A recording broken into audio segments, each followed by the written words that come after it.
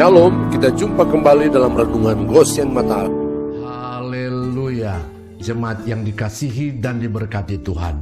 Renungan pagi hari ini bertema, bolehkah berhutang? Bacaan firman terambil dari Matius pasal 5 ayat 42. Demikian firman Tuhan. Berilah kepada orang yang meminta kepadamu, dan janganlah menolak orang yang mau meminjam daripadamu. Hutang merupakan salah satu penyebab seseorang mengalami kesulitan dan penderitaan dalam kehidupannya. Karena itu dalam sebuah ilustrasi, Yesus pun mengambil contoh tentang akibat berhutang. Matius pasal 18 ayat 25. Tetapi karena orang itu tidak mampu melunaskan hutangnya, raja itu memerintahkan supaya ia dijual beserta anak istrinya dan segala miliknya untuk pembayar hutangnya. Kalau demikian, apakah boleh atau tidak orang Kristen atau anak-anak Allah berhutang? Amsal pasal 22 ayat 7. Orang kaya menguasai orang miskin, yang berhutang menjadi budak dari yang menghutangi. Semuanya tergantung kepada kita masing-masing.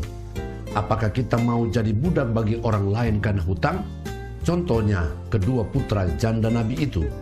Ada yang membedakan hutang itu dalam dua pengertian, yaitu hutang produktif dan hutang konsumtif.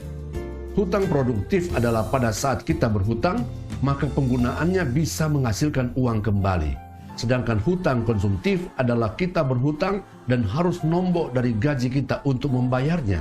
Contoh, kita tidak punya uang untuk beli mobil, tetapi kita pinjam uang untuk membelinya. Supaya hutang kita itu bukan hutang konsumtif, di mana kita harus nombok dari gaji kita untuk membayar hutang, maka jadilah kita driver online. Sehingga dari mobil yang kita beli tersebut, ada pemasukan tambahan.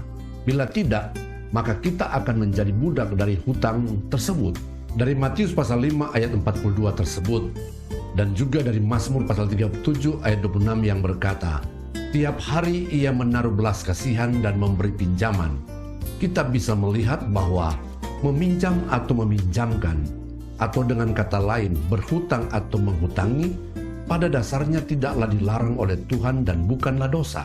Saudara-saudaraku yang terkasih di dalam Yesus, walaupun berhutang tidak dilarang oleh Tuhan dan bukanlah dosa, tetapi Tuhan yang mengasihi kita mengingatkan kita bahwa apabila kita berhutang tanpa alasan yang tepat dan benar, maka itu akan menjadi jerat dan jebakan iblis yang akan menjerumuskan kita dalam kesulitan dan penderitaan. Amin. Tuhan Yesus memberkati.